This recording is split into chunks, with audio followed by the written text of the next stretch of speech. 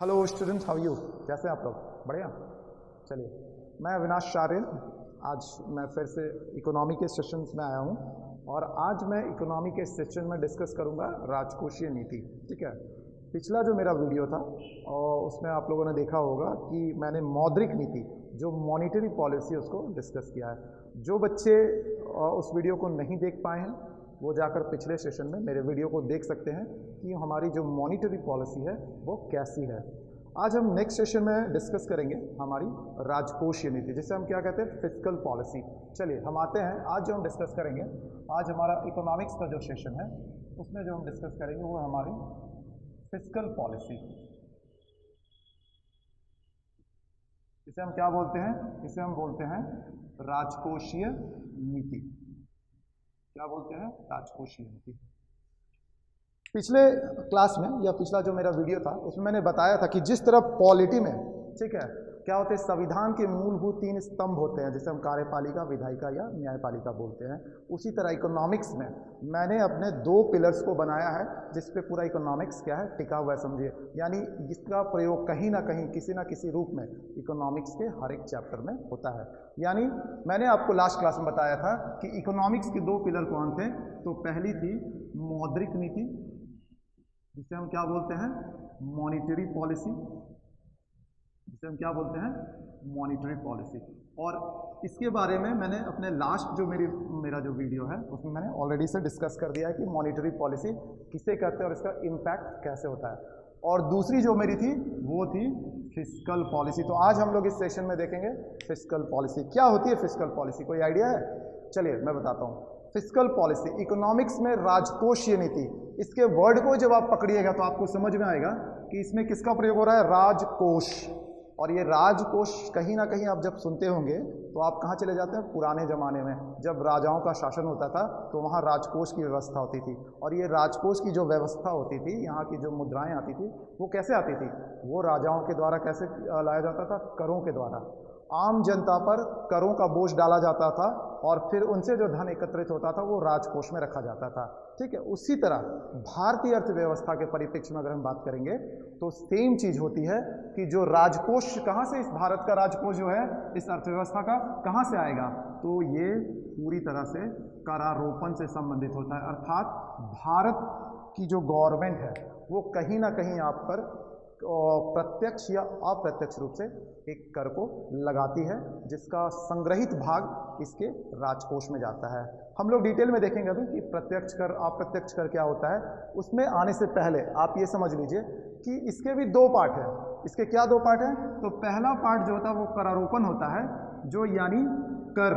करारोपण मतलब साधारण वर्ड में हम क्या बोलते हैं, कर, जिसे हम क्या बोलते हैं, टैक्स। जो आप टैक्स भरते हैं, जो हम लोग टैक्स भरते हैं, क्या भरते हो आप? इनकम टैक्स देते होगे। ठीक है, आप गाड़ी से जाते हो किसी दूसरे स्टेट में, बीच में क्या आता है, टोल टैक्स आता है। आप कुछ सामान खरीदते हो तो सेल टैक्स देते हो। उसी तरह बहुत सारे टैक्स होते हैं। अभी हाल में वर्तमान में 2017 में एक नया टैक्स का जगह दिया गया है, उसे क्या कहा गया है, उसे कहा गया जीएसटी। जो 2017 में आया है। जीएसटी क्या है? जीएसटी यानी गुड्स एंड सर्विस टैक्स। ये अपने आप में कैसा कर है, प्रत्यक्ष करे या अप्रत्यक्ष करे, ये बहुत इंपॉर्टेंट है। कभी कभी आप यूपीएससी के अगर आप देखोगे तो एक क्वेश्चन आ जाता है जीएसटी से उठाकर आपसे पूछ दिया जाएगा, बिल्कुल नॉमिनल क्वेश्चन, कि जीएसटी अपने आप में कैसा कर है। ऑप्शन दे दिया जाएगा, प्रत्यक्ष कर, अप्रत्यक्ष कर, मिश्रित कर या एकक कर।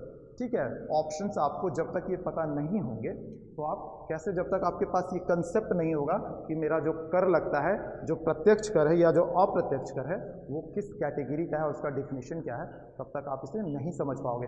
वैसे अभी नॉलेज के लिए मैं बता दूं कि जो जीएसटी है वो एक अप्रत्यक्ष कर है जिसे 2017 में लाया गया था केंद्र सरकार के द्वारा। ठीक है, उससे पहले हमारा क्या चलता था, वैट चलता था। उससे पहले हमारा, क्लियर है, उससे पहले हमारा क्या चलता था, वैट चलता था। तो हम लोग कहाँ थे? हम लोग थे कि अभी अब तक आपने क्या देखा, आपने देखा कि फिस्कल पॉलिसी के अंदर जो कर होते हैं, चाहे वो प्रत्यक्ष कर होते हैं या अप्रत्यक्ष कर होते हैं, उनको कैसे वर्गीकृत किया जाता है। चलिए हम लोग अब आते हैं इसके मूलभूत संरचना में। जहाँ तक राजकोषीय नीति की बात है तो इसको भी 2 भागों में बांट दिया गया है। ठीक है, ये 2 भाग अगर आप सही से देखें तो पहला हो जाएगा करारोपण जो मैंने अभी बताया, जिसे बिल्कुल सिंपल वर्ड में क्या कहा गया है, कर यानी टैक्स। टैक्स भी दो तरह का होता है, पहला प्रत्यक्ष कर या अप्रत्यक्ष कर, या अप्रत्यक्ष कर, यानी डायरेक्ट टैक्स या indirect tax, indirect tax. Clear है? दूसरा ये तो गया मेरा पहला पार्ट, फिस्कल पॉलिसी की, राजकोषीय नीति का पहला भाग। दूसरे भाग में जो इसको वर्गीकृत किया गया है, कहने का मतलब जो दूसरा इसका स्तंभ है राजकोषीय नीति का, तो ये क्या हो जाएगा, ये है सरकार द्वारा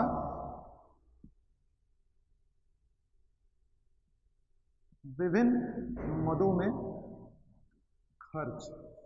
इसके अंदर भी काफी कुछ आते हैं, बहुत सारे अलग अलग चीजें आती हैं जो अभी हम लोग देखेंगे वृहत रूप में।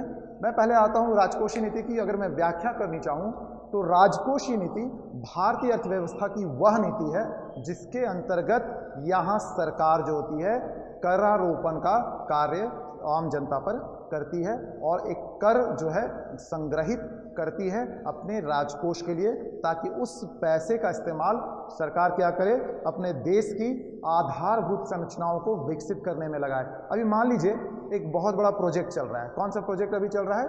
प्रोजेक्ट चल रहा है, आप देखिएगा, भारत क्या है, भारतमाला परियोजना। तो भारतमाला परियोजना क्या है? भारतमाला परियोजना, ये अभी हाल का यूपीएससी का एक क्वेश्चन है कि आपसे पूछा गया, इवन अभी हाल में हुए बिहार पब्लिक एग्जाम में भी ये पूछा गया है कि भारतमाला परियोजना क्या है।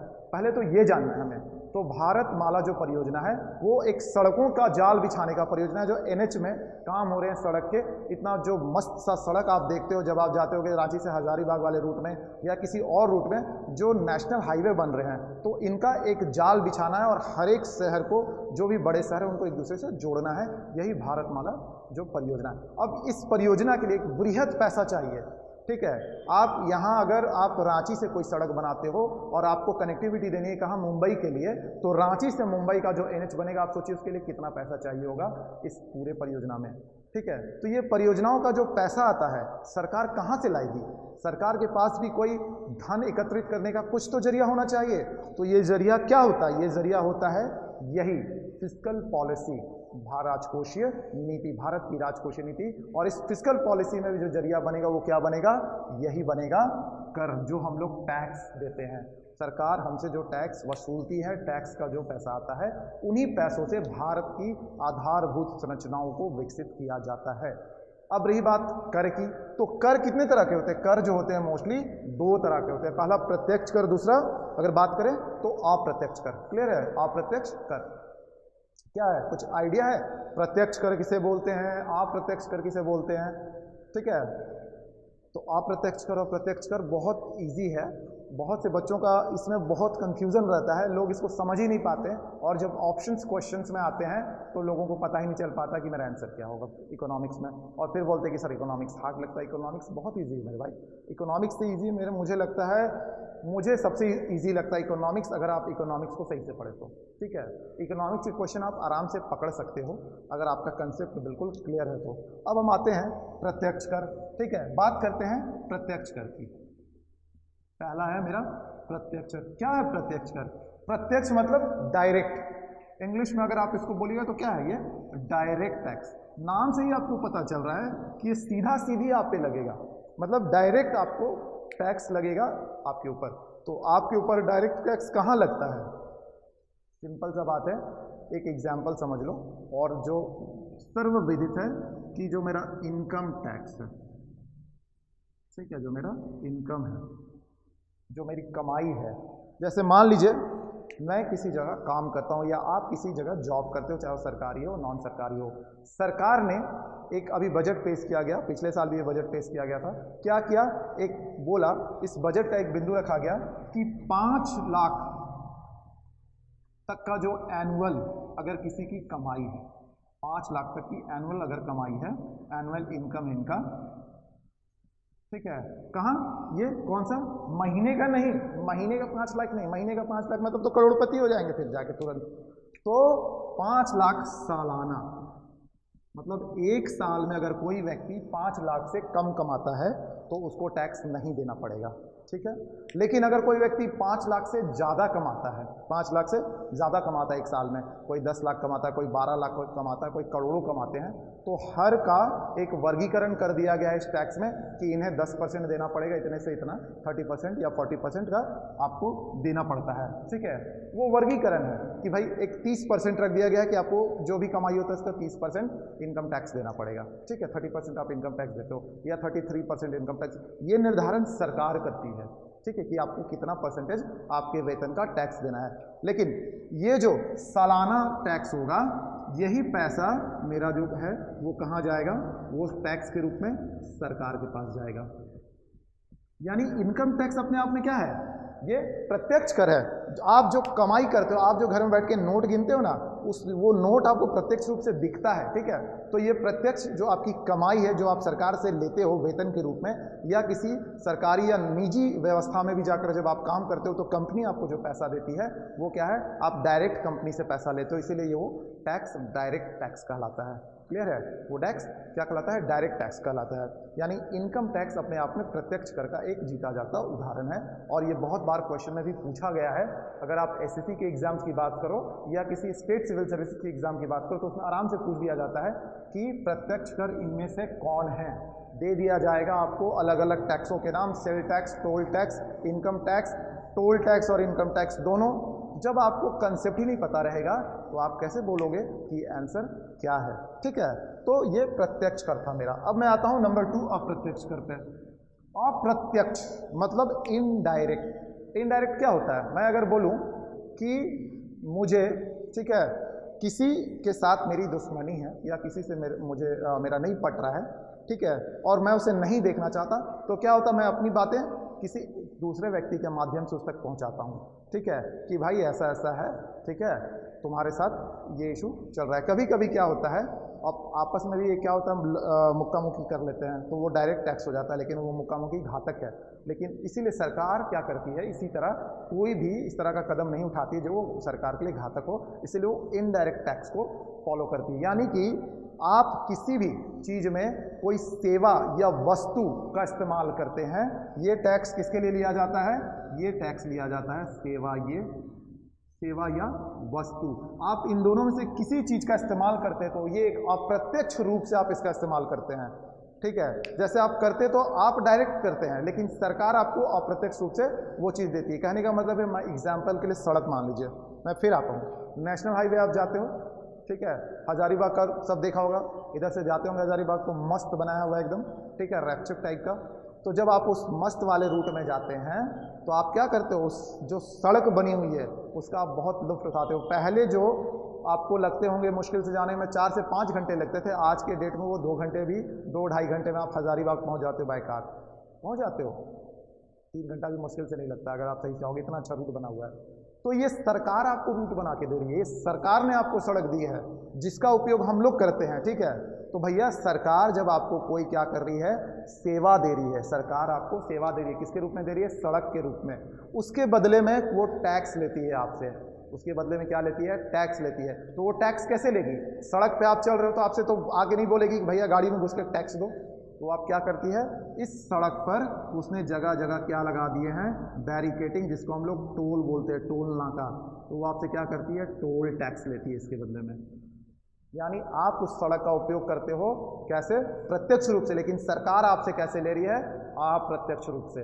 यानी सरकार जब आपसे अप्रत्यक्ष रूप से किसी टैक्स को लेती है, यानी आप सरकार की दी गई वस्तु या सरकार के द्वारा प्रोवाइड की गई किसी सेवा का जब आप प्रयोग करते हैं, तो वैसे पे लगाया गया कर क्या कहलाता है, अप्रत्यक्ष कर कहलाता है। एग्जाम्पल आप समझ में आ गया, जैसे कि सड़क, मान लीजिए अगर मैं और किसी की बात करूं, वस्तु पे आता हूं, आप दुकान जाते होगे, दुकान में आप जाकर क्या करते हो, चीनी खरीदते हो, दुकान में जाकर जो मन करता है आप मैदा खरीदते हो, बेसन खरीदते हो, सूजी खरीदते हो, जो मन है आप आटा खरीदते हो, आप खरीदते हो, ठीक है। तो क्या होता है कि दुकान वाले जब इस सामान को लाते हैं, आप तो प्रत्यक्ष रूप से ले गए, लेकिन आप कंपनी से तो नहीं खरीदना जाके, आप दुकान से खरीद रहे हैं। यानी दुकान वाले जिस सामान को, जो कंपनियां रहती हैं वो मार्केट में अपने सामानों को फैला देती है, यानी वो वस्तु का आप क्या करते हो, उपयोग करते हो कहीं ना कहीं, यानी जो सरकार आपको एक तरह से प्रोवाइड करा रही है ये सहूलियत, तो उसके लिए वो क्या लेती है, उस वस्तु के लिए क्या लगा देती है, सेल टैक्स। यानी बेचने के लिए टैक्स, दुकान वाले इस सेल टैक्स को देते हैं। कंपनी वाले जब अपने उत्पादन के लिए माल मंगवाते हैं तो वो उसको देते हैं। यानी सेल टैक्स भी अपने आप में कैसा हो गया, एक अप्रत्यक्ष हो गया। यानी वैसे कर, अगर बात की जाए करों की, तो वैसे कर जो कहीं ना कहीं आप वस्तु या सेवा के रूप में सरकार के माध्यम से जो आप लोगों के लिए लाए गए हैं उसका प्रयोग करते हैं, और जब उस पर कर लगता है तो वो कौन सा कर कहलाता है, अप्रत्यक्ष कर कहलाता है। अप्रत्यक्ष कर की अगर एग्जाम्पल्स की बात करें तो अभी मैंने आपको बताया कौन कौन से एग्जाम्पल्स हो सकते हैं। मैं इसको थोड़ा रब कर देता हूँ और आपको बता देता हूँ इसके बारे में कि अप्रत्यक्ष कर किस पे लगा था, सेवा या वस्तु का जब आप उपयोग करते हैं उसके लिए लगता है। और कौन कौन से हो सकते हैं इसमें, तो अभी मैंने बताया टोल टैक्स, और कौन सा है, सेल टैक्स, ठीक है, और क्या है, मनोरंजन टैक्स, मतलब इंटरटेनमेंट टैक्स, हिंदी में इसे क्या बोलते हैं, मनोरंजन कर। आप मूवी देखने जाते हैं थिएटर में, ठीक है, चले गए पीवीआर में आपने बैठा आराम से, 11-12 की कहानी अलग है, सिंगल की जगह डुएल चल जाते हैं, कॉलेज में भी डुएल में जाके बैठ के आपने कोने की सीट ले ली, आराम से मूवी देखी, ठीक है, आपका मनोरंजन हो गया, आपने 3 घंटे बिता लिया, ठीक है। भैया सरकार का क्या, उसके मालिक को पैसा मिल गया, वो तो करोड़पति हो गया, सरकार का क्या। तो यहाँ क्या है, उसका जो मालिक है उस मनोरंजन के लिए गवर्नमेंट को टैक्स देगा। क्लियर है, यानी वो मनोरंजन टैक्स हो गया। आप पार्क में जाते हो, नगर निगम के थ्रू आप देखोगे कि बहुत जगह टिकट कटता है, ठीक है, आप जाओगे बहुत जगह टिकटिंग होती है कि इस पार्क में घूमने के लिए इतना लगेगा, नक्षत्र वन में जाओ या किसी रांची के किसी और वन में चले जाओ, बहुत जगह है। ऑक्सीजन पार्क में तो अभी नहीं है, अगर आप मान लो बायोडाइवर्सिटी पार्क चले जाते हो वहाँ एक टिकट है, ठीक है। आप यहाँ के नज़दीक के किसी वन्य जीव अभ्यारण्य में चले जाते हो, वहाँ एक टिकट लगता है। आप गए, आपने हाथी घोड़े गैंडे सब देख लिए, आपका मनोरंजन हो गया। कोई कोना पकड़कर पेड़ में बैठ गया, उनका मनोरंजन हो गया। लेकिन है कहाँ, उसके जो मालिक हैं उनको जो टिकट काटी गई, जो जितने भी लोग आए उनकी जो टिकट काटी गई, उनका जो पैसा था वो मालिक को मिल गया। क्लियर है, मालिक के पास पैसा आ गया। सरकार का क्या, सरकार को पैसा कैसे मिलेगा, तो वो मनोरंजन के रूप में, कर के रूप में किसको देंगे, सरकार को देंगे। यानी मनोरंजन टैक्स भी क्या हो गया आपका, अपने आप में इनडायरेक्ट टैक्स हो गया। उसी तरह बहुत इंपॉर्टेंट है जो 2017 में, पहले हमारे में क्या चलता था, वैट चलता था, ठीक है, इसको हटा दिया गया, वैल्यू एडेड टैक्स, वैट का नाम आपने सुना होगा, जो हट चुका है। और इसके जगह 2017 में अब जो आ गया है वो आ गया है जीएसटी, जिसे हम क्या बोलते हैं, goods and service tax. Clear है, तो जीएसटी आपने इसका नाम सुना होगा, एग्जाम में बहुत पूछा जाता है कि जीएसटी कब लागू हुआ, जीएसटी कैसा कर है। ये यूपीएससी का क्वेश्चन है जो पूछा गया है कि जीएसटी अपने आप में कैसा कर है, ठीक है, यानी जीएसटी कैसा कर है, अपने आप में अप्रत्यक्ष कर है। यानी कोई भी फर्म या कोई भी कंपनी कुछ भी अपना काम करती है तो वो कंपनी प्रॉफिट में जा रही है तो पैसा कमा रही है, अपने आप को तो माला माल कर रही है, लेकिन उस बदले में उसे क्या भरना पड़ता है, ये भरना पड़ता है सेवा या वस्तु कर। क्या भरना पड़ता है, सेवा या, इसका नाम ही है सेवा या वस्तु कर।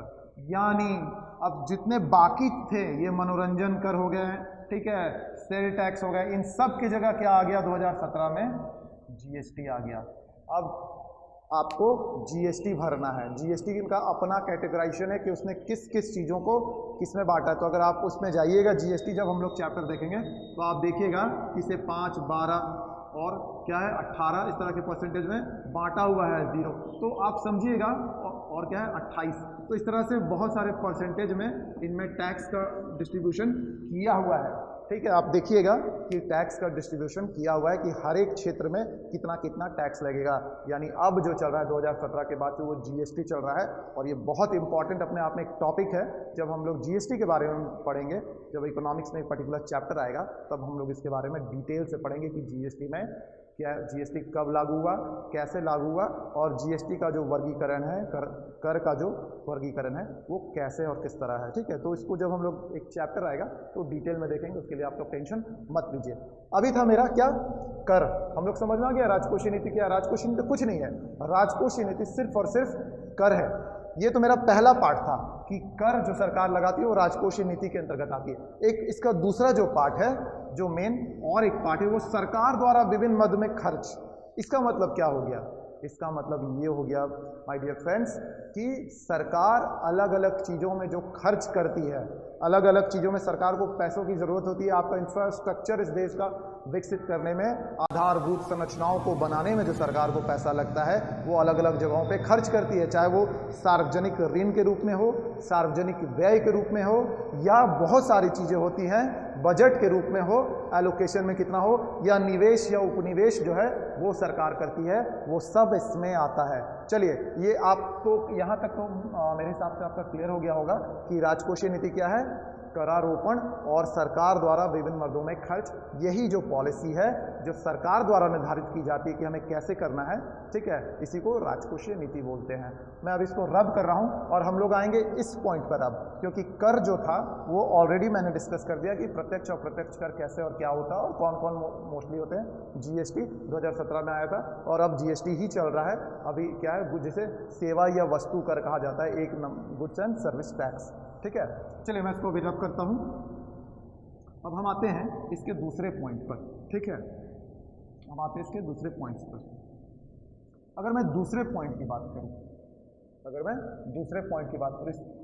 सरकार द्वारा विभिन्न मदों में खर्च, इसके बहुत सारे पॉइंट्स हैं। अगर आप बात करोगे तो इसमें आते हैं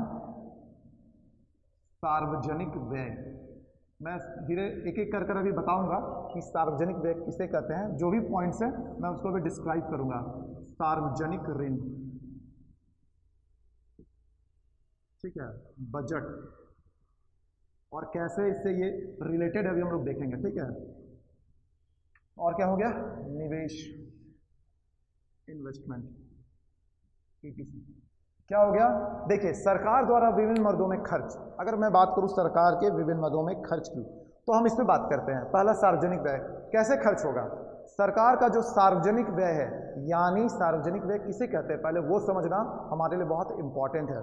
सरकार आपको हर एक इंफ्रास्ट्रक्चर को देती है। उस देश को विकसित करने के लिए उसे क्या चाहिए, सड़क का विकास चाहिए, यहाँ भैया क्या चाहिए, यहाँ के आधारभूत संरचनाओं का विकास चाहिए, यहाँ इंडस्ट्री का विकास चाहिए, यहाँ उद्योग का विकास चाहिए, यहाँ कृषि का विकास चाहिए। तो हर चीज़ों के विकास के लिए वो क्या करती है, अलग अलग योजनाएं सरकार लाती है। इस बार भी बजट में आप देखेंगे काफ़ी योजनाएं आई हैं, और जो पहले से योजना चल रही है, जैसे उज्ज्वला योजना हो गया, ठीक है, और क्या हो गया, मनरेगा योजना हो गया, और क्या हो गया, जनधन योजना हो गया, बहुत सारी योजनाएं आई थी, ठीक है। तो अगर कोई योजनाएं आती हैं, ठीक है, तो उसके लिए क्या होता है, एक पर्टिकुलर उसके लिए विभाग बनाया जाता है और उसे एक पैसा एलोकेट किया जाता है कि भाई इस चीज़ को आपको देखना है, इतना पैसा मनरेगा के लिए मैं दे रहा हूँ, सरकार बजट में इतना पैसा जनधन योजना के लिए लगाती है, इतना पैसा उज्ज्वला योजना के लिए लगाती है। आपको फ्री में अगर सिलेंडर मिल रहा है, जो गरीबी रेखा से नीचे को अगर फ्री में सिलेंडर मिल रहा है, तो एक सिलेंडर की कीमत मान लीजिए अगर 2000 या एक खाली सिलेंडर कीमत पड़ती है, भरी हुई सिलेंडर की मान लीजिए 2000 पड़ती है, तो आप सोच लीजिए कितने लाख लोग हैं और कितने करोड़ लोग हैं जो इससे लाभ ले रहे हैं, तो कितना पैसा सरकार को लगेगा। तो ये पैसे जो सरकार खर्च करती है, इसी को बोला जाता है सार्वजनिक व्यय। ये सार्वजनिक व्यय क्या है, सरकार द्वारा अलग अलग योजनाओं में खर्च किया गया पैसा, ठीक है। और ये पैसा कहाँ से आता है, ये पैसा हमारे टैक्स से आता है, तभी तो आपको ये योजनाओं का लाभ मिल पाता है। अगर हम पैसा नहीं देंगे तो सरकार के पास वो पैसा इतना कहाँ से आएगा जो आपके इंफ्रास्ट्रक्चर को डेवलप कर पाएगा और आपकी ज़रूरी चीज़ों और ज़रूरी योजनाओं के लिए पूर्ति कर पाएगा। यानी सरकार के द्वारा सार्वजनिक रूप से किए गए अलग अलग योजनाओं के में खर्च जो होते हैं वही सार्वजनिक व्यय कहलाते हैं। समझ में आ रहा है। बात करते हैं सार्वजनिक ऋण की, यानी सार्वजनिक व्यय क्या हो गया, सरकार द्वारा खर्च की गई राशि विभिन्न योजनाओं में, क्लियर है, आधारभूत संरचना को बनाने के लिए। बात करते हैं सार्वजनिक ऋण। सार्वजनिक ऋण दो तरह के हो गए सरकार के। अगर हम भारत के परीक्षा में भारत सरकार अगर सार्वजनिक ऋण की व्याख्या करती है तो यहाँ दो हो गए। एक, पहले भारत सरकार आरबीआई से कर्ज ले, यहाँ ऋण मतलब क्या हो गया, कर्ज। ऋण मतलब लोन। जब हम लोग छोटा भी लोन लेते हैं तो क्या होता है, कर्ज होता है जिसको हमको चुकाना होता है। तो यहाँ भारत सरकार भी क्या करती है, लोन लेती है, ठीक है, अपने आप में ऋण लेती है। तो भारत किससे लेगी, अगर भारत सरकार को लेना होगा तो, अगर अंदरूनी अगर अपने ही देश में लेना होगा तो भारत सरकार किससे लेगी, भारत सरकार कर्ज लेगी। यहाँ पर किससे ले सकती है, आरबीआई से, आरबीआई से लेती है, ठीक है। भारत सरकार आरबीआई से लेती है कर्ज, या किसी अदर बैंक से अगर चाहे तो वो ले सकती है, ठीक है, चाहे एसबीआई हो गया, पीएनबी हो गया, कोई अदर बैंक हो गया, उनसे भी दे सकती है, लेकिन मोस्टली आरबीआई से लेती है, क्योंकि सभी बैंकों के ऊपर जो निर्गमन की जो मुख्य संस्था है वो कौन है, आरबीआई है, सर्वोच्च संस्था। इसलिए मौद्रिक नीति का जो सबसे इंपॉर्टेंट भाग है उसी से वो पैसा कर्ज लेती है। लेकिन कभी कभी भारत सरकार को बहुत बड़े अमाउंट की जरूरत होती है, किसी परियोजना इतना बड़ा होता है, पूरे देश में लागू करना होता है, और उसे बहुत, मान लीजिए वैक्सीनेशन है तो वैक्सीनेशन डेवलप करने के लिए ही काफ़ी पैसा चाहिए होगा, ठीक है। मान लीजिए अभी वैक्सीनेशन का टीका चल रहा है, आपको फ्री टीका दिया जा रहा है, लेकिन यही टीका अगर हमें विदेशों में जो टीके बने हो अगर उनको मंगाना है और आपको फ्री दिया जा रहा है, इसका मतलब ये नहीं है कि विदेश वाले भी भारत सरकार को वो वैक्सीन फ्री में दे रहे हैं। उनको वो एक हेवी अमाउंट देना पड़ता है, करोड़ों करोड़ अरबों अरबों का जो डील होता है वो देना पड़ता है। मान लीजिए आप राफेल की बात करते हैं, राफेल भारत में आ गया, और राफेल इंडियन अगर बात करें परिप्रेक्ष्य में रक्षा के, तो वो उतना ही इम्पॉर्टेंट है आज के डेट में जितना क्या है हमारे भारत में मौजूद जो सीमा के प्रहरी हैं अपनी जान की बाजी लगाकर खड़े हैं, क्योंकि उनकी रक्षा के लिए उतना बहुत महत्वपूर्ण है। हमारी भारतीय वायुसेना को एक मजबूती मिली है, और आज हम लोग क्या है कि अपने एक जो राफेल के आने से कहीं ना कहीं भारतीय वायुसेना मजबूत हुई है और अपने दुश्मन को जवाब देने के लिए कहीं ना कहीं वो आज सक्षम हो गई है। इसका मतलब ये है कि राफेल तो आ गया, भारतीय सेना मजबूत हो गई, लेकिन क्या इस राफेल पे आपको पता है कि कितना पैसा देना पड़ा? ये पैसा कहाँ से आया? सरकार को ये पैसा अगर लेना पड़ेगा, मान लीजिए हम टैक्स भरते हैं, उस टैक्स के अमाउंट से भी अगर ये पैसा ज़्यादा लग रहा है, क्योंकि टैक्स का जो अमाउंट आता है सरकार के पास वो अलग अलग योजनाओं में तो बट जाता है, तो सरकार के पास ज़्यादा पैसा नहीं बचता। यानी उनको क्या जरूरत पड़ती है उस समय, मान लीजिए अपने इंफ्रास्ट्रक्चर को डेवलप करना हो और सरकार के पास पैसा नहीं हो और उनको पैसे की ज़रूरत है बहुत ज़्यादा, तो वो क्या करते हैं, तब भारत सरकार देश के बाहर की संस्थाओं से कर्ज लेती है, जैसे कि world bank, IMF, international monetary fund, इन संस्थाओं से वो कर्ज लेती है। और ये जो कर्ज लेती है, ये जो ऋण लेती है, इन्हीं दो ऋणों को क्या बोला जाता है, सार्वजनिक ऋण। सरकार जो ऋण भारत के विकास के लिए, चाहे वो किसी भी विभाग में हो, चाहे वो रक्षा विभाग में हो, सड़क विभाग में हो, कृषि विभाग में हो, उद्योग विभाग में हो, उनके विकास के लिए कर्ज लेती है, चाहे वो भारत के अंदर आरबीआई से ले या भारत के बाहर की संस्थाओं जैसे वर्ल्ड बैंक या IMF से ले, तो उसे हम क्या बोलते हैं, सार्वजनिक ऋण। ठीक है, ये भी किसकी नीति के अंतर्गत आती है, ये दोनों पार्ट, सार्वजनिक व्यय, सार्वजनिक ऋण, ये सभी नीतियां राजकोषीय नीति के अंतर्गत आती है। भारत सरकार की राजकोषीय नीति भारत के विकास के लिए बहुत महत्वपूर्ण है, और आपको एक एक पॉइंट को ये समझना होगा कि मेरा जो सार्वजनिक ऋण है अगर उस बढ़ जाए या मेरा सार्वजनिक व्यय है वो घट जाए तो उसका क्या प्रतिकूल और अनुकूल प्रभाव अर्थव्यवस्था पर होगा। ऐसे बहुत से क्वेश्चंस यूपीएससी में आप देखोगे जो आपको घुमाकर पूछे जाते हैं। ऑप्शंस आपको ऐसे दिए जाएंगे कि आप जब तक उसके कंसेप्ट को नहीं समझ पाओगे तब तक आप उसका आंसर नहीं दे सकते। यानी आपको कंसेप्ट समझना बहुत जरूरी है। और as a mentor of economics में अविनाश आर्य इतना आप लोगों को एश्योर करता हूं कि आप अगर हमारे इकोनॉमिक्स के सेशंस में बने रहेंगे, रेगुलर टचअप हमारा वीडियो देखते रहेंगे, आप हमारे क्लास के जो भी सब्जेक्ट्स हैं, जो लेक्चर्स होंगे, आप उनको देखिए, आपका कंसेप्ट बिल्कुल पूरी तरह क्लियर हो जाएगा कि किसे क्या बोलते हैं और कैसे यूपीएससी के पैटर्न में क्वेश्चन पूछे जाते हैं। और अगर कंसेप्ट आपको मैंने क्लियर कर दिया तो आप ऑटोमेटिक आंसर भी तुरंत पकड़ लोगे। ठीक है, ये मेरा एश्योर्ड वादा है आपसे। बस आपको डेडिकेट होकर पढ़ाई करनी होगी। आपको एक क्या होगा, आपको जो आपके डाउट्स हैं, जो आपके अंदर जो उथल पुथल चल रही है, ठीक है, वो आपको की स्थिति बनी हुई है, उसको दूर करना होगा। और सीडिंग सक्सेस क्लास जो आपके लिए लेकर आ रहे हैं, मटेरियल्स आपके लिए जो कंटेंट्स लेकर आ रहे हैं, आपको जो समझाने की हमारी मेंटर्स कोशिश कर रहे हैं, उस पर आप टचअप पे रहिए, रेगुलर बने रहिए। आपको हर एक टर्म्स जो है इतने ईजी वे में समझाए जाएंगे कि आप आराम से उस कंसेप्ट को समझ जाएंगे। अब आपका जैसे ये कंसेप्ट है सार्वजनिक व्यय, बिल्कुल क्लियर हो गया। सार्वजनिक ऋण बिल्कुल क्लियर हो गया। बजट आपने कल देखा, कल हमारी माननीय वित्त मंत्री निर्मला सीतारमण जी ने एक बजट पेश किया। उस बजट को ही क्या किया जाता है, हमारी माननीय वित्त मंत्री पेश करती हैं। और ये बजट बहुत इंपॉर्टेंट होता है क्योंकि आने वाले अब जितने भी योजनाएं हैं या जो प्रीवियस में जो योजनाएं चल रही थी उसमें कितना खर्च हुआ, कितना सरकार के पास अब पैसा बचा हुआ है और आने वाली योजनाओं के लिए कितना पैसा अलोकेट किया जाएगा, कितने योजनाओं को क्या क्या पैसा दिया जाएगा, सब इस बजट में होता है। इसी के अनुरूप में अगले 1 साल का भारतीय अर्थव्यवस्था का पूरा निर्धारण किया जाता है कि इतने इतने पैसों की चीज़ ज़रूरत हमें इस परियोजनाओं में पड़ने वाली है। उसी के हिसाब से फिर क्या होगा, उसी के हिसाब से कहाँ पर होगा इम्पैक्ट होगा इसी के हिसाब से टैक्स में, कि हमें कहाँ टैक्स कम करना है और कहाँ टैक्स बढ़ाना है। बहुत सारी चीज़ें होती हैं जो एक दूसरे से इकोनॉमिक्स में जुड़ी हुई हैं।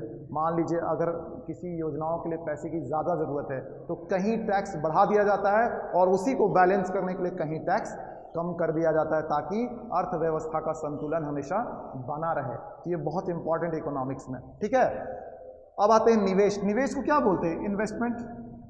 आपको भी पता है भैया कि इतनी सारी मोबाइल्स आप यूज़ करते हो, मोबाइल्स में अभी हाल में इंडिया में क्या है, एप्पल ने इन्वेस्ट किया है। एप्पल एक क्या है, अपनी सबसे बड़ी फैक्ट्री इंडिया में खोलना चाहती है। तो ये जो इन्वेस्टमेंट आ रहा है, ठीक है, माइक्रोफोन्स हैं, बहुत सारे हैं, चाइना के पहले जो MI थे ये सब इन्वेस्टमेंट करते थे, अभी दक्षिण कोरिया की बहुत सारी कंपनियां इन्वेस्ट करना चाहती हैं। रक्षा के क्षेत्र में बहुत लोग इन्वेस्ट करना चाहते हैं, कृषि के क्षेत्र में करना चाहते हैं, बहुत सारे उद्योग धंधे हैं, IT पार्क्स हैं, उसके क्षेत्र में इन्वेस्ट करना चाहते हैं। तो जो इन्वेस्टमेंट आता है उसको आप ऐसे समझिए कि मान लीजिए कोई कंपनी भारत में आती है, ठीक है, वो बोलती है, यहाँ के माननीय प्रधानमंत्री से एक मीटिंग होती है और वो कहती है कि मैं यहाँ अपनी कंपनी का इन्वेस्टमेंट करना चाहता हूँ, मैं यहाँ एक अपनी फैक्ट्री लगाना चाहता हूँ, ठीक है। तो एप्पल के ही आते हैं और एप्पल के CEO जो हैं वो आकर बोलते हैं कि मुझे यहाँ फैक्ट्री लगानी है, ठीक है। तो क्या होगा, वो जब फैक्ट्री लगाएंगे यहाँ पर इंडिया में, इन्वेस्टमेंट करेंगे, मान लीजिए एप्पल की फैक्ट्री लग गई, ठीक है, ये फैक्ट्री तो लग गई इंडिया में, फ़ायदा क्या हुआ, फ़ायदा ये हुआ कि जब इंडिया में ये फैक्ट्री लगाएंगे तो इनका तो भाई जितना मोबाइल होगा एप्पल का वो तो पूरे वर्ल्ड में बिकेगा, वर्ल्ड में बिकेगा। लेकिन वर्ल्ड में जो पैसा जा रहा है तो वो वर्ल्ड में जो मोबाइल्स बिक रहे हैं एप्पल के, तो उसका पैसा कहाँ आ रहा है, ये एप्पल के CEO के पास आ रहा है। उसके बदले ये क्या कर रहे हैं, ये इंडियन गवर्नमेंट को क्या दे रहे हैं, पैसा दे रहे हैं टैक्स के रूप में। यानी कहीं ना कहीं ये चाहे, और ये लोग जो विदेशी कंपनियां होती हैं इनसे पैसा क्या लिया जाता है, विदेशी मुद्रा के रूप में लिया जाता है, विदेशी मुद्रा के रूप में लिया जाता है, यानी डॉलर्स में लिया जाता है। यानी भारत के पास विदेशी मुद्रा बढ़ेगी, भारत के पास विदेशी करेंसी बढ़ेगी। अगर भारतीय रुपये में अगर ये पेड किया जाए तो भारतीय रुपये में भी भारत के पास अच्छा खासा पैसा इस टैक्स में भारत सरकार को मिलेगा। कहीं ना कहीं वही पैसा घूम फिर कर वापस आपकी आधारभूत संरचनाओं में खर्च किया जाएगा। यानी इन्वेस्टमेंट भी राजकोषीय नीति का एक हिस्सा है, क्योंकि इसमें भी कहीं ना कहीं टैक्स आपका प्रत्यक्ष या अप्रत्यक्ष रूप से लगा हुआ है। समझ में आ रहा है, यानी क्या है, राजकोषीय नीति अपने आप में कंप्लीट टैक्सेशन से जुड़ी हुई अर्थव्यवस्था है, जहां पर टैक्स प्रत्यक्ष या अप्रत्यक्ष रूप से कहीं ना कहीं एक दूसरे को प्रभावित करता है, ठीक है। तो ये था हमारा जो आज का लेक्चर था राजकोषीय नीति का। मैं अभी और इसमें कुछ चीज़ें बताऊंगा आपको। होप कि आपकी जो राजकोषीय नीति, जो फिस्कल पॉलिसी, ये पूरी तरह क्लियर हो गई होगी, इसका विजन क्लियर हो गया होगा। मैं छोटा सा इम्पैक्ट बताऊंगा कि अर्थव्यवस्था में कैसे कोरिलेशन होता है। चलिए मैं इसको अभी मिटा रहा हूँ। क्लियर है राजकोषीय नीति? राजकोषीय नीति क्या था, हम लोग पढ़े, इसके 2 राजकोषीय नीति के पिलर्स थे। राजकोषीय नीति के में पहला था कर, दूसरा था सरकार द्वारा विभिन्न मदों में खर्च की गई राशि।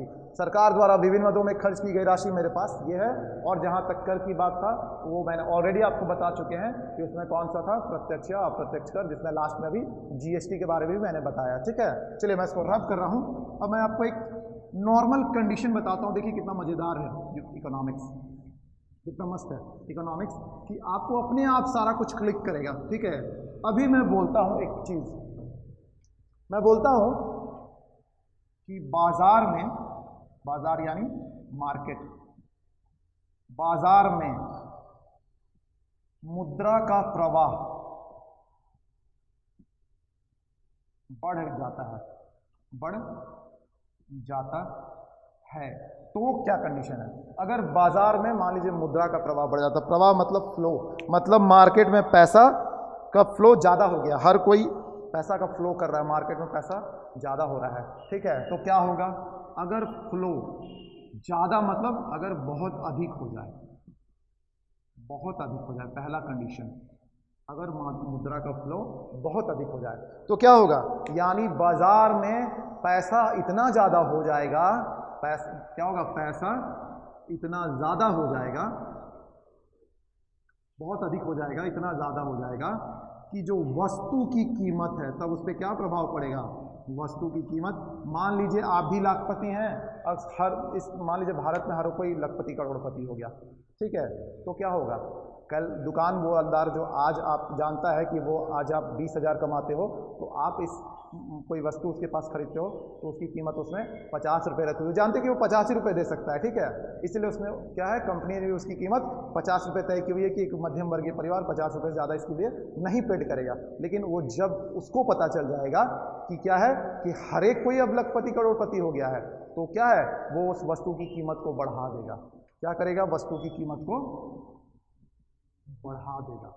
कौन बढ़ा देगा, यही जो कंपनियां उस उत्पादन, अगर मान लीजिए कोलगेट है तो कोलगेट का जो उत्पादन करती है वो कंपनी इसकी कीमत को बढ़ा देगी। अब जब कीमत बढ़ जाएगी तब आप समझिए कि क्या होगा, वस्तु का जब कीमत बढ़ने लगेगा तो धीरे धीरे वस्तु का कीमत बहुत ज़्यादा हाई होता जाएगा, ठीक है, और तब देश में कौन सी स्थिति आने लगेगी, मुद्रास्फीति की स्थिति, इन्फ्लेशन का दौर शुरू होने लगेगा, ठीक है।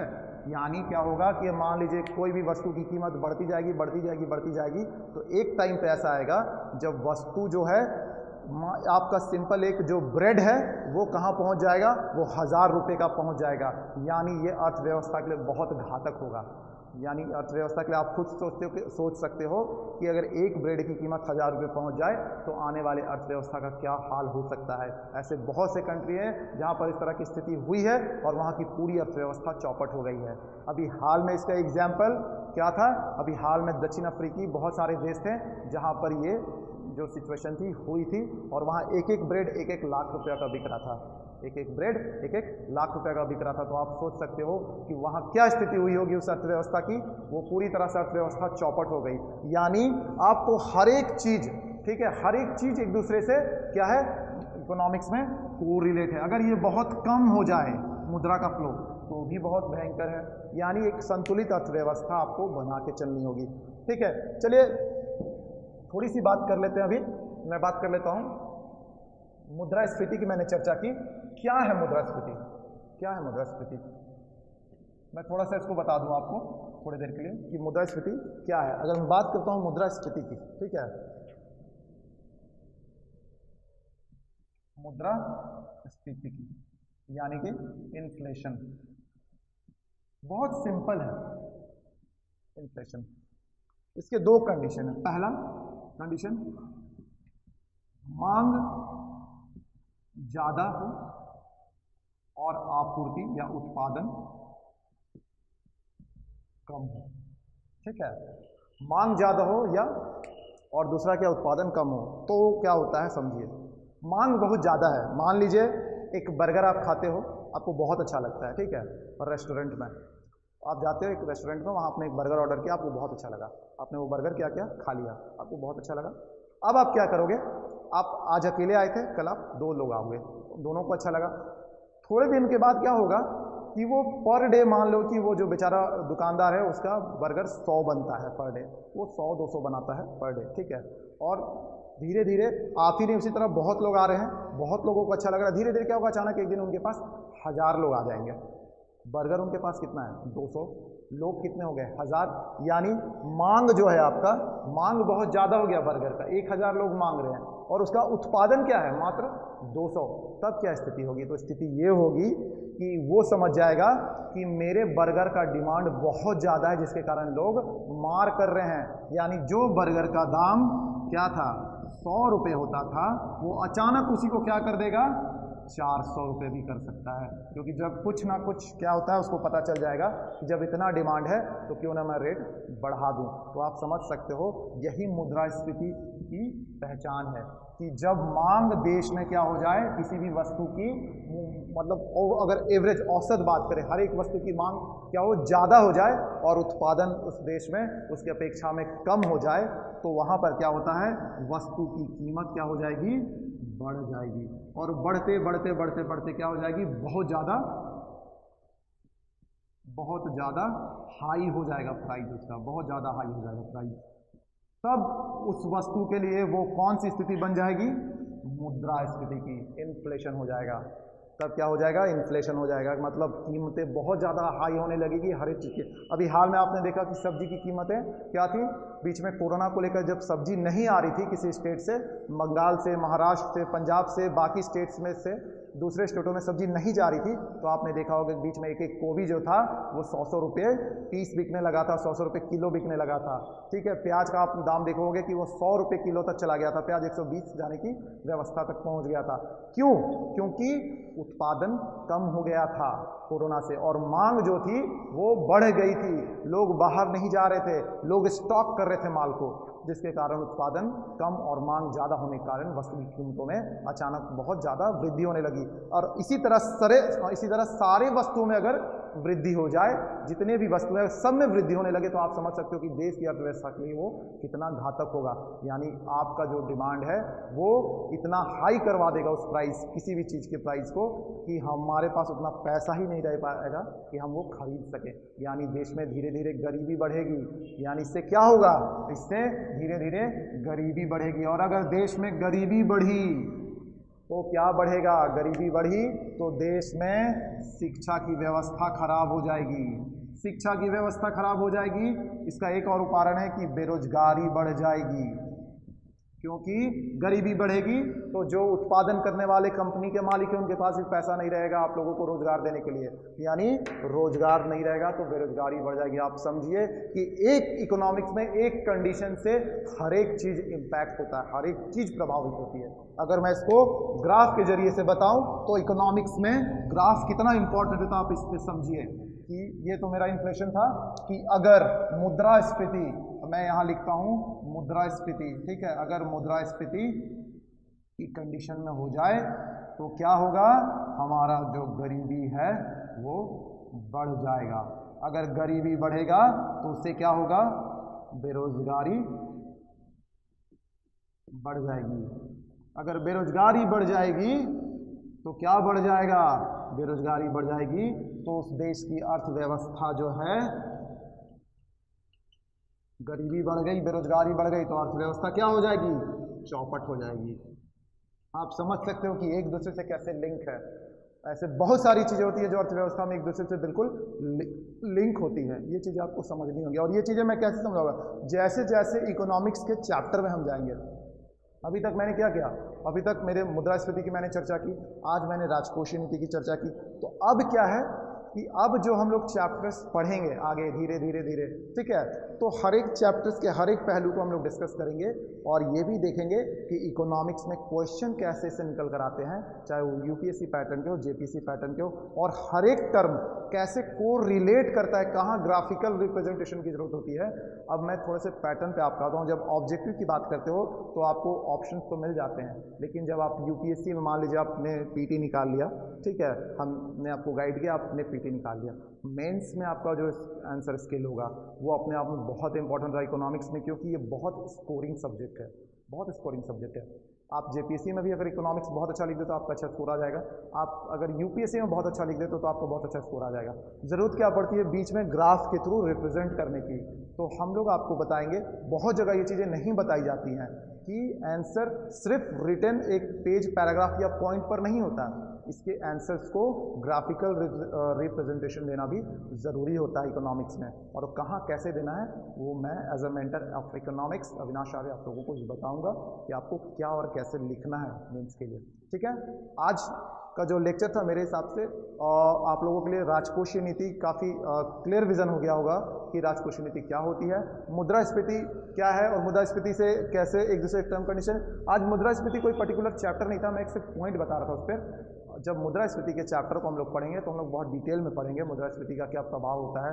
मुद्रास्फीति के अलावा अपस्फीति की स्थिति कब बनती है, अस्फीति की स्थिति कब बनती है, बहुत सारी चीज़ें होती है। डिफ्लेशन होते हैं, इन्फ्लेशन जो जिसकी मैं बात कर रहा हूँ कब कब होते हैं, और उसका भारतीय अर्थव्यवस्था के परिप्रेक्ष्य में क्या प्रभाव पड़ता है। या अगर वर्ल्ड की बात करें तो विश्व अर्थव्यवस्था, अगर भारत की अर्थव्यवस्था चूँकि आज के डेट में बहुत इंपॉर्टेंट है, वो कहीं ना कहीं विश्व की अर्थव्यवस्था को भी प्रभावित करती है, क्योंकि भारत की अर्थव्यवस्था अपने आप में एक आज स्थान रखती है। ठीक है, तो हम लोग ये सारी चीज़ें जब जब चैप्टर्स के जैसे जैसे जो मेरा सब्जेक्ट है उसके हर एक चैप्टर्स के पहलू को जब हम लोग पढ़ेंगे तो उसमें बृहत रूप में देखेंगे। ठीक है, आज मुद्रास्फीति का क्लास नहीं था, आज क्या था, फिस्कल पॉलिसी का। मुद्रास्फीति एक टर्म था जिसे मैंने छोटे रूप में आज बताया। ठीक है, तो होप कि आज आपको फिस्कल पॉलिसी से रिलेटेड बहुत सारी बातें क्लियर हो गई होंगी।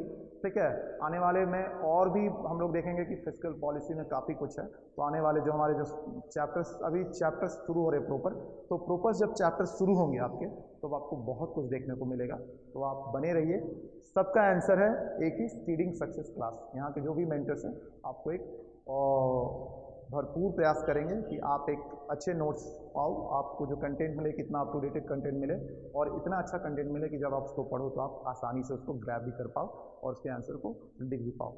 आप बने रहिए, मैं आपसे मिलता रहूँगा अपने इकोनॉमिक्स के नेक्स्ट सेशन में। Be stay with us and we will meet you soon again. So stay connected with Speeding Success classes. Thank you very much. मैं अविनाश, फिर मिलेंगे।